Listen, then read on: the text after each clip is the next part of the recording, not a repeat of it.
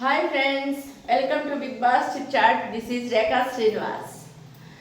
ఎవరైనా సబ్స్క్రైబ్ చేసుకోకుండా చూస్తే పాపం వస్తుందండి. సబ్స్క్రైబ్ చేసుకుని చూడండి, పుణ్యం వస్తుంది.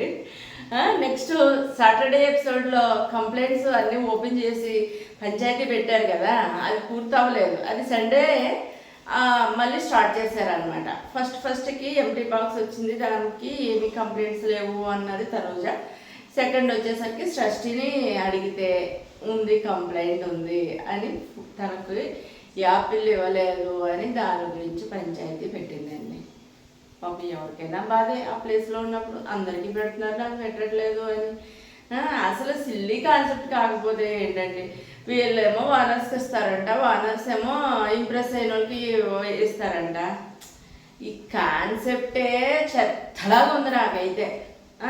అది పిచ్చోడికి బ్రహ్మాస్త్రం వేస్తున్నట్టు వీళ్ళకి అలాగా ఇవ్వటం, బిగ్ బాస్ ఊరుకోవటం కామెడీగా ఉంది నాకైతే. నెక్స్ట్ పోనీ చేసేదేదో ఈవెన్గా అందరికీ చేస్తున్నారా?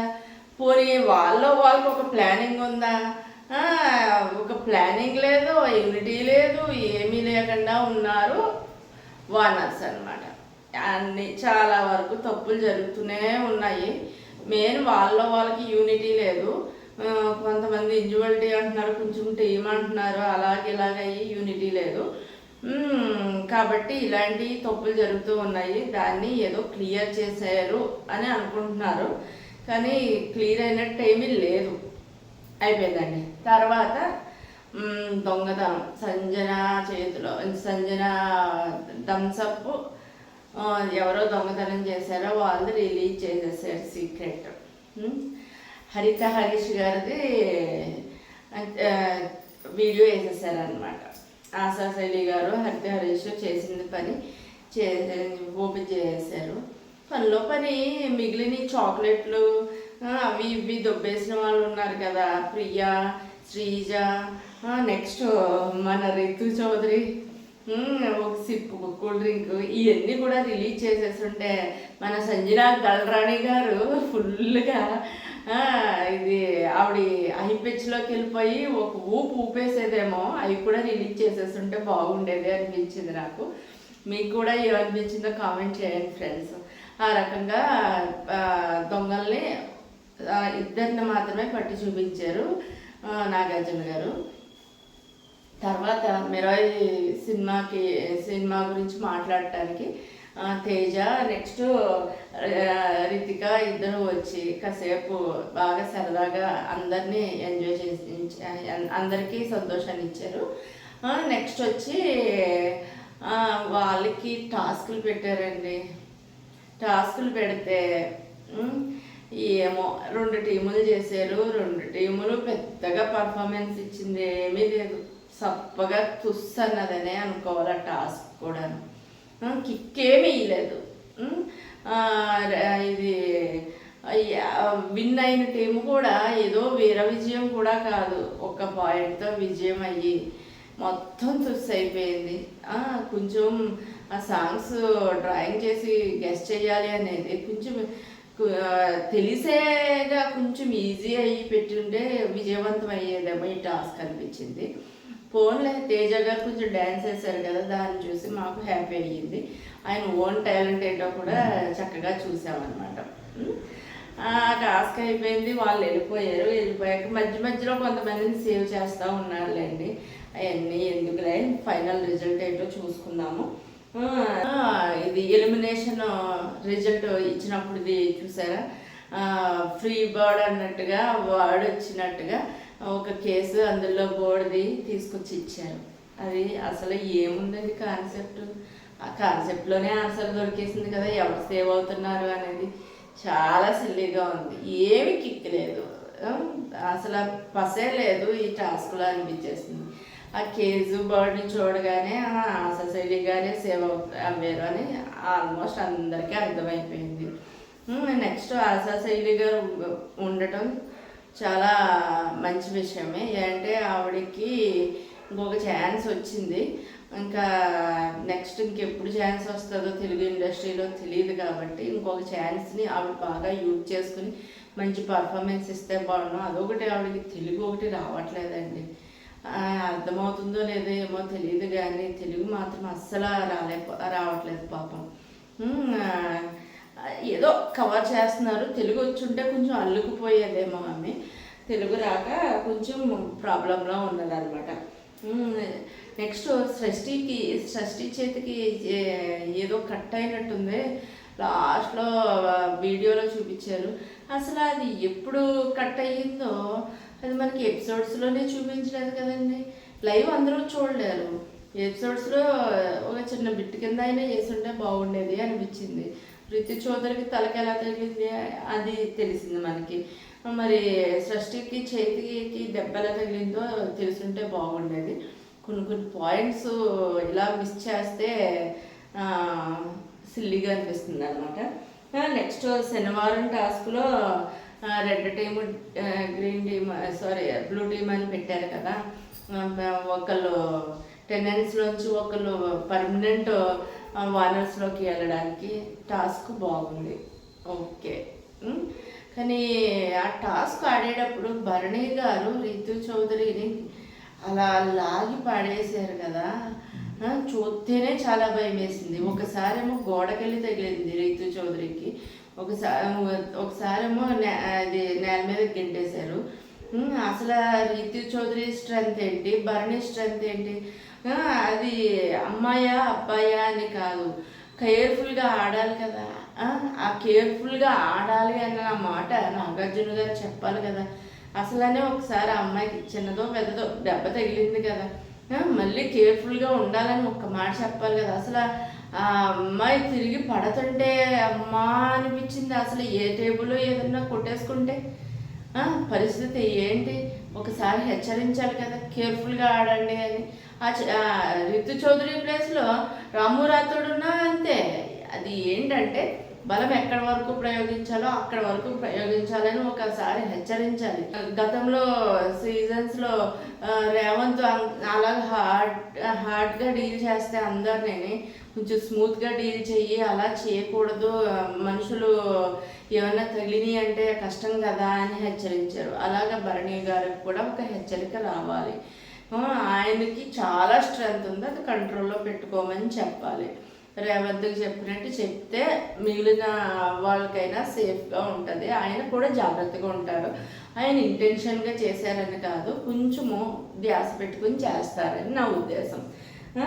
ఆ టాస్క్ రిజల్ట్ సస్పెన్స్ భలే క్రియేట్ చేశారనిపించింది. ఇది ఫస్ట్ ఏమో ఫెయిల్ అయినవి తీసి చూపించారు, చిరిగిపోయినాయి.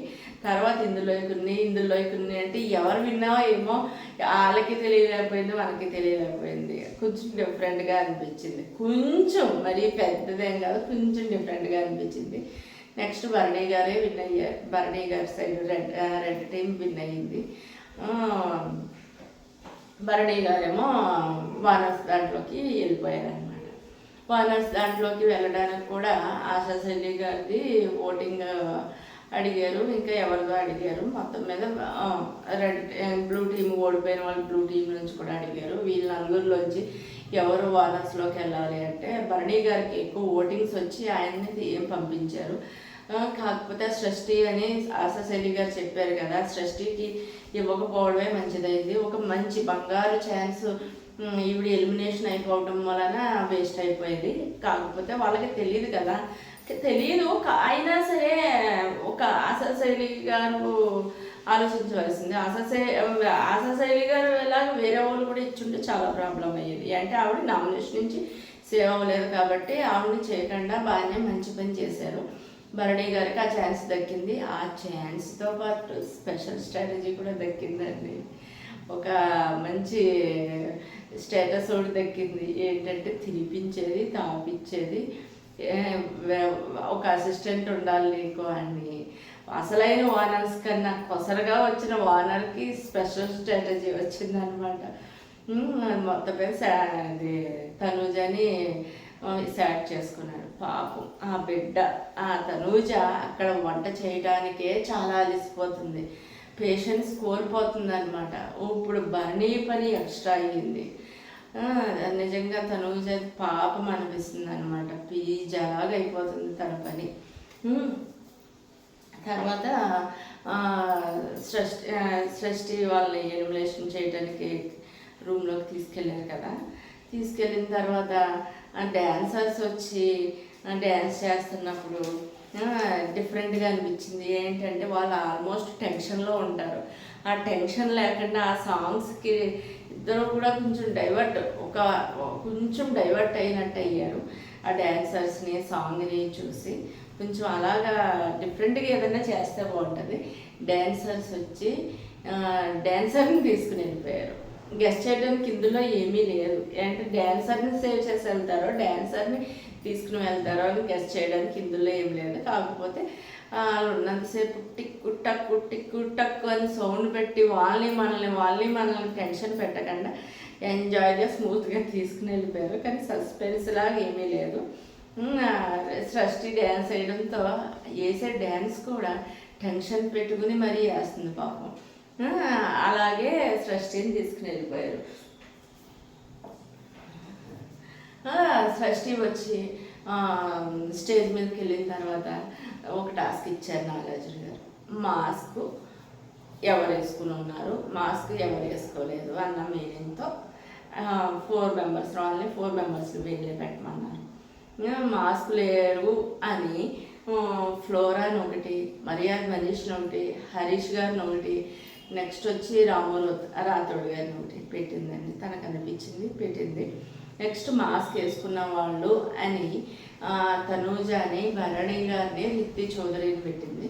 నలుగురిని పెట్టమన్నప్పుడు ముగ్గురినే పెట్టింది. ఇంకొకరిని పెట్టమని నాగార్జున గారు కూడా అడగలేదు. అదొక పాయింట్. అయితే ఇంకొకటి మాస్క్ అని అనటానికి లేదు. పాపం వాళ్ళు ఉన్న సిచ్యువేషన్లో, అంటే నేను చెప్పేది భరణి గారు తనూజ గురించి చెప్తున్నాను. వాళ్ళిద్దరూ కూడా ఏదో అంటారు కదా సామెత, మొగుడు కొట్టాడని కాదు ఆడబడుచు నవ్విందని, తోటకోడలు నవ్విందని ఏదో సామెత ఉంది కదా. అలాగా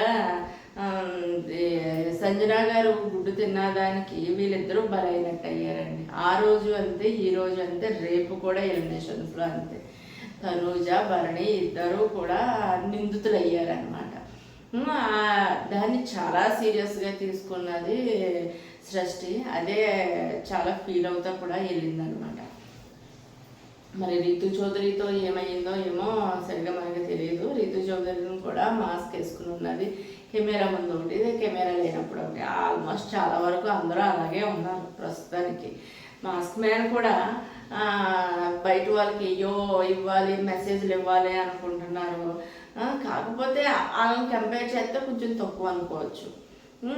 రాథోడ్కి కూడా ఏమీ లేదు ప్రస్తుతానికి. ఇంకా ముందు చూడొచ్చులేండి. నెక్స్ట్ వచ్చి మర్యాద మనీష్ని కూడా పెట్టింది. ఓకే, ఇలాగా పెట్టేసి తను బాయ్ చెప్పేసి వెళ్ళిపోయిందండి. తర్వాత భరణి గారికి ఆఫర్ వచ్చింది, తనూజ చేత తినిపించుకుంటానని చెప్పారనమాట. ఇది ఈరోజు సప్పగా నడిచింది. ఏమీ మ్యాటర్ లేదు. ఎలిమినేషన్స్లో కూడా మ్యాటర్ లేదు. నెక్స్ట్ వచ్చి సృష్టి వెళ్ళినప్పుడు సృష్టి గారి ప్లేస్లో సృష్టి ఆ పని చేయడానికి ఎవరినైనా పెట్టచ్చు కదా అంటే సునీల్ శెట్టి గారిని పెట్టింది అనమాట.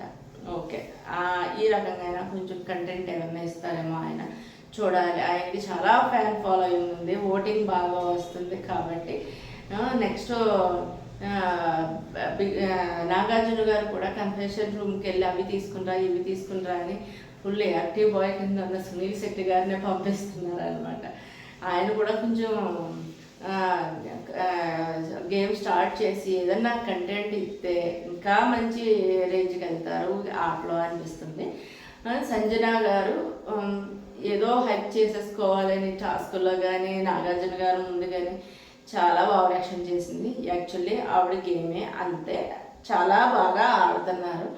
అది కూడా వేరే ఇన్స్పిరేషన్ తీసుకుని ఆడుతున్నారు కాబట్టి ఆవిడ ఇప్పట్లో వెళ్ళేది అలుచుకోలేదు. ఆవిడకి ఎవరైనా నామినేషన్ వేసినా అది వేస్ట్. అది ఆల్మోస్ట్ ఇంట్లో చాలా వరకు అర్థమైపోయిందండి. కాకపోతే ఇంకొకటి ఏంటంటే, బిగ్ బాస్ అంటే మీరందరూ బిగ్ బాస్ రూల్స్ని పాటిస్తే విన్ అయిపోతాం, మంచిగా ఉంటే విన్ అయిపోతాం, చాలా బాగా నటిస్తే విన్ అయిపోతాం చాలా పనులు చేసేస్తే విన్ అయిపోతాం అనుకోవటం తప్పు. ఎక్కువగా స్క్రీన్ స్పేస్ తీసుకుని హైలైట్ అవుతేనే విన్ అవుతారు. అది పాజిటివ్ అయినా నెగిటివ్ అయినా. పాజిటివ్గా సక్సెస్ అవ్వడం కష్టం కాబట్టి ఇలా నెగిటివ్ వేలోనే వెళ్తారనమాట. ఇది బిగ్ బాస్కి మూల సూత్రం. ఇది అర్థం చేసుకుని అందరూ ఆడితే సూపర్గా ఉంటుంది అనమాట. అదండి ఈరోజు నా